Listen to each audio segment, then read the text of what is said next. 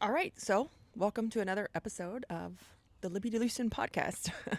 In this episode, I want to talk about recruiting. I want to talk about hiring. I used to talk about hiring all the time. As many of you guys know, I own WootRecruit, which is a recruiting solution for home service, field service. But there is a really, would you say, like buzzword going on right now, and they're calling it the Great Stay. And so I think it's an interesting topic, especially I launched WootRecruit during COVID. I also own my own home cleaning business or home cleaning service and professional organizing. And so we were in the boom with everybody. We were going through like the Great Resignation with everybody. And now they're calling it the Great Stay. And today I want to jump into what is the Great Stay. And so I have some notes because I think it's really interesting. And I'll make sure to share the articles that we pulled in the references of where this information came from. But more and more people are staying put, because the chance at jumping ship or trading jobs to get a better job is becoming more and more obsolete. It's becoming rare. So in 2024, 39.6 million people quit their jobs. But what I found interesting is that it's down 11% from last year and down 22% from 2022.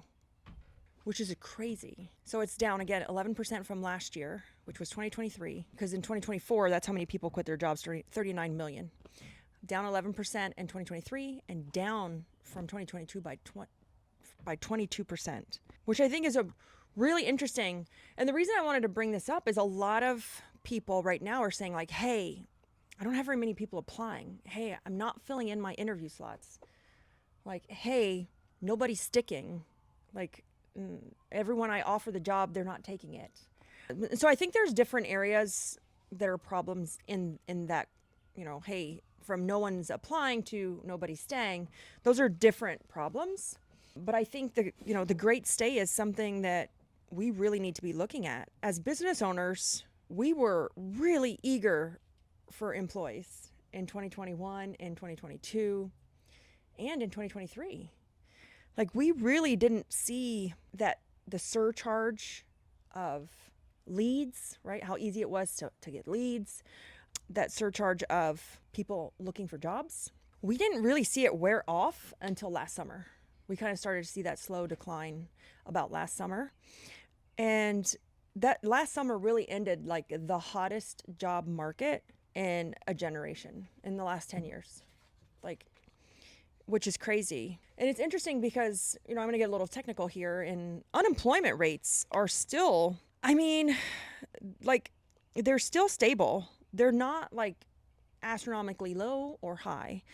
This unemployment rate is from February, and it's at about 4.1% right now, the unemployment rate. But what I think it's really interesting, especially for my business owners out there, is that right now, there is only 1.1 jobs for every unemployed person. And it's down from March of 2022, because March of 2022, there were 2 jobs for every unemployed person. It's almost, guys, been cut in half. That's amazing. So would you say that with this shift, again, let's say less access, is it from the point of the business owners trimming back their operations?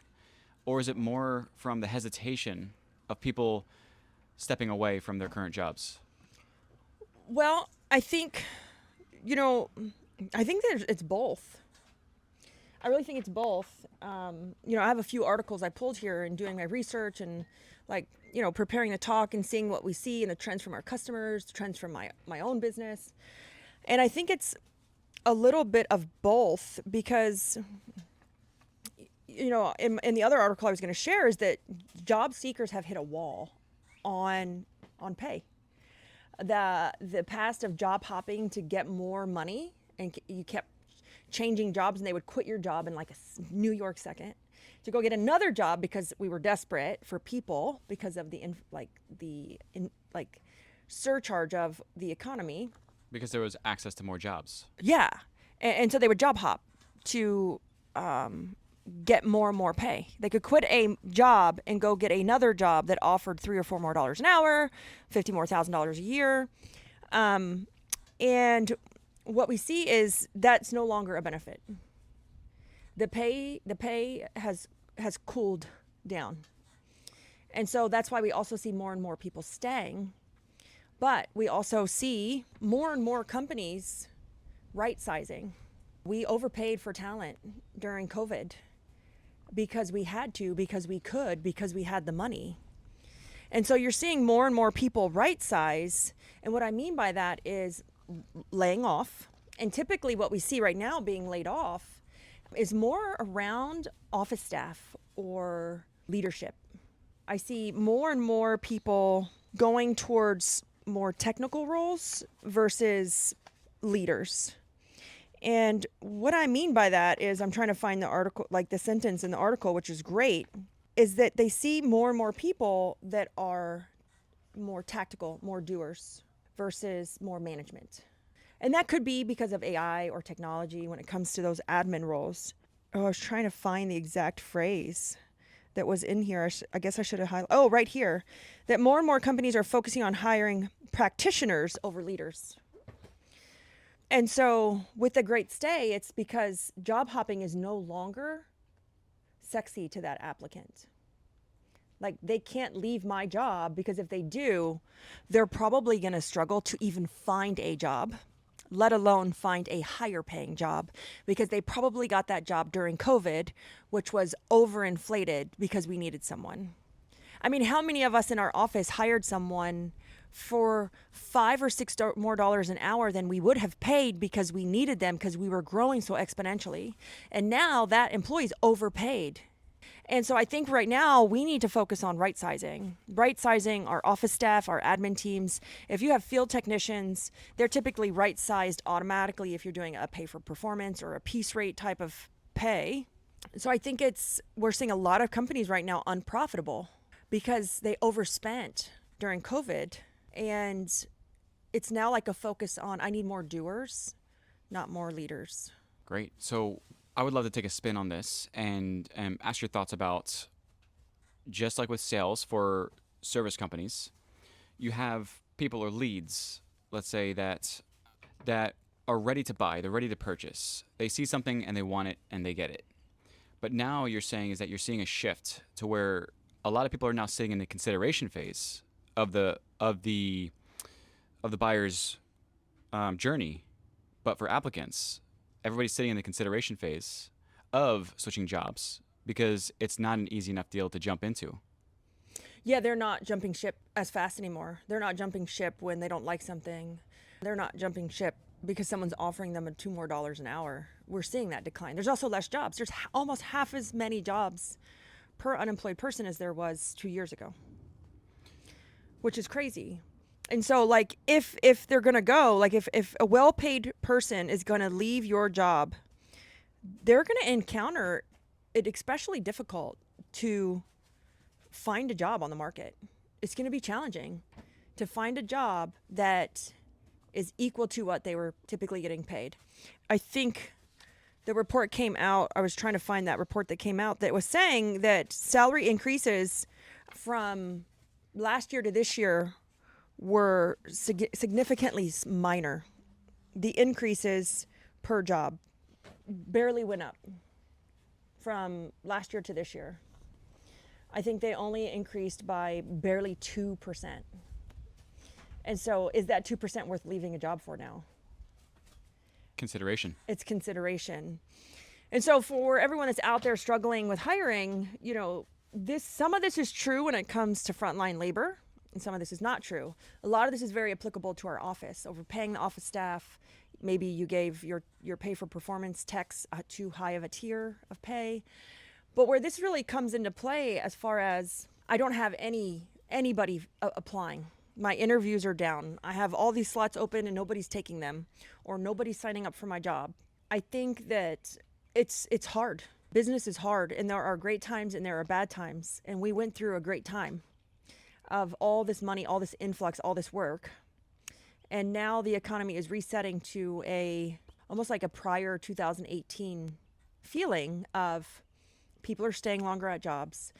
They want the security of that pay. But I think what's going to happen is it's going to take more effort. It's going to take more work. Like for me to entice you to leave your job, it's going to have to be a sexier job.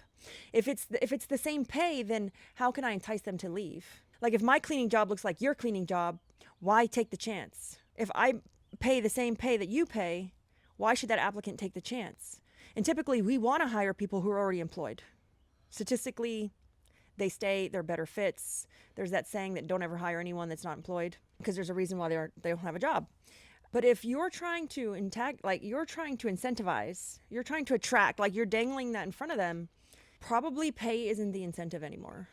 So let's just say for applicants that are on these job platforms, let's say Indeed, they're on there. Why are they on there? What are they considering?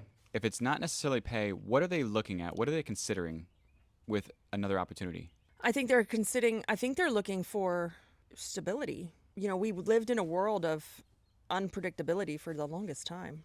And I think that was fun for a little bit. But like human nature, we all love comfort and we all love to know what's going to happen. And I think people are tired of the job hopping going up and down. Like they're looking for a home. You know, like me and Chris, we have this feeling or the saying, we like certain restaurants, even if the food isn't like the best. But we like certain restaurants because they feel like home. They know our name. They know what we order. They have our drinks before we sit down. Like they make his coffee if they even see him coming in the door because he drinks it a particular way. It feels like home. It isn't the best food in the world. It's not horrible food. But we keep going there because it feels like home. And I think that's what employees are looking for if they're in that consideration phase. Is it going to feel like home? Are you going to know my name? And I think there's two sides to this. People are going to be like, oh my God, it's going to take more work to get employees. Yes, I am saying that. It will take more work. But the other side of that is you're going to have your employees stay longer. So that's the benefit. Like they're going to stay longer. At Organize It and my cleaning company, we lost somebody last week, and that was because we fired her for breach of a contract. But she was with me 3 years. And all of our hires have been with us. We're going on years now. And I told you, Chris, the other day, I was like, man, it's kind of weird. Like we haven't lost a person in forever.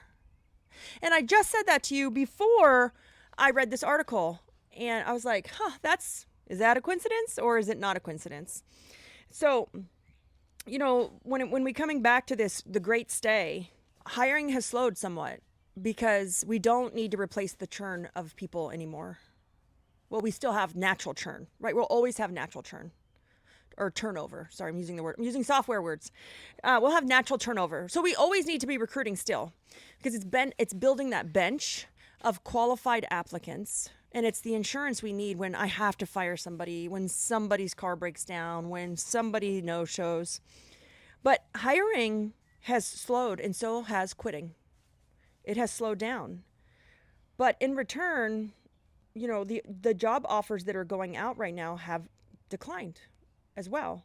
In 2022, we saw about 3.5% of new hires every month. It has slowed down by 3.5%. And then in 2024, it has slowed down by 4.4 job offers going out, which I find interesting. And last year, people heard the word "you're hired" 66 million times. I thought it was a cool number. But it's down from 2023, which was 71 million times.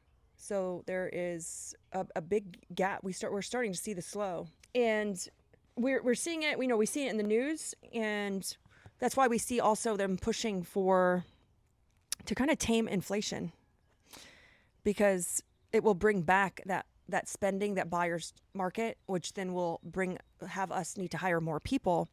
But when inflation is high, or interest rates are high, work is kind of low. People hold on to their money. They're looking for more value. People are less likely to job hop because it's just an unstable environment, an unstable feeling. So when it's a hot job market, you can turn on those wages. You can increase those wages, but it's not a typically hot market right now. Even in a buyer's market, like not even recruiting market, they're both kind of like meh. And so right now, what I feel like most companies need to do, and we're even doing this in our own companies, is the race for talent has kind of cooled down. Now, if you're turning over people at a high rate, at the same rate of COVID, I would say there's probably a culture gap somewhere. There may be something broken in the company, but your quit rate, your turnover rate should be slowing down. You should not be losing people like you lost them during COVID. You need to look at culture, look at the company, because the race for talent has cooled somewhat, but I think where the focus needs to go is on controlling cost. Controlling cost. If in fact this highly paid person I hired during COVID is still a value or an asset to the company, or can I rehire them for the new reset wage? Consideration, but on the owner's On the perspective. owner's perspective. I mean, we're doing these hard questions in all the companies right now, and we're kind of seeing, oh, like that was an overpaid person. If I was to rehire that position right now, I could actually probably get better talent for less money if you hire during those peak times during COVID. So this relates directly to the economy as a whole. When you talk about bull markets and bear markets, either in the benefit of the buyer or the seller. So Yep. to the applicant or the company, we're having that shift. Yes, you're having that shift. And a lot of people you're going to see, we're doing this in our softwares and actually in our home services, we're adding more technical talent. We're looking at people's ability to use technology. And if they can't, that position is becoming obsolete. And, are we investing more in automations? Can these positions kind of be right sized? Can we hire the practitioners versus the leaders? I think AI might be the bridge to that leader that, hey, I can audit this and AI can audit that, can give me a report. And a lot of people are looking at technical talent and looking at investing in automating things, and are they really driving productivity? And is productivity really being driven without increasing my headcount? It's opportunity cost. Yeah. So I think it's a great topic. And, if you're an employee out there and you're listening to this, those that were able to negotiate a salary during the pandemic, during COVID, if you were great at that, you're going to have a harder time finding a new job for the same salary. So now we're in the market of the owners in their consideration phase as well. Yeah. So, if you were, an office person and you were job hopping and you were able to scale that and add and increase your hourly rate, or because, like, well, I left this company, I was $26 an hour and hey, I'll take it for 28. And then you job hop again and you were able to get to 30. But now, because if you were good at negotiating that, because those are really what drove those pay increases that we saw. But if you were good at negotiating it, you aren't likely to find a new job for the same or more money right now. And so that's something to be said to office or owners as well. If you negotiated with an employee, you have a manager, a leader, and they were great at negotiating, you might likely be able to find somebody else for less money, because it goes vice versa for the applicant as well. So I think, with the great stay, it's all change. At the end of the day, it's all change. We didn't like it when COVID hit. We were like, oh my God, what am I going to do? Like, I have all these leads and no people. Now we're in a market where we don't have very many leads. Like, I'm not going to lie. It sucks out there right now. It's hard. People want value. People are holding on to their money. But at the same time, it's also hard to get talent. So we're living in a world where people acquisition is rough right now, but so is customer acquisition. And to me, it's like, is this when the world or the higher powers that be right size business owners? Because not everyone will make it through this. You won't. It's the hard part of doing business. Not everyone will make this, because this is the time in business where we have to make hard decisions. We have to right size. We might have to cut people. We might have to hire people. We might have to make adjustments. We might have to look at our onboarding process and say, oh my God, it's horrible. We need to remake it. We might have to say, oh my gosh, our culture sucks. That's why no one stays. And so it's a hard time in business, but business is always hard. It's just a different hard. Like, choose your hard.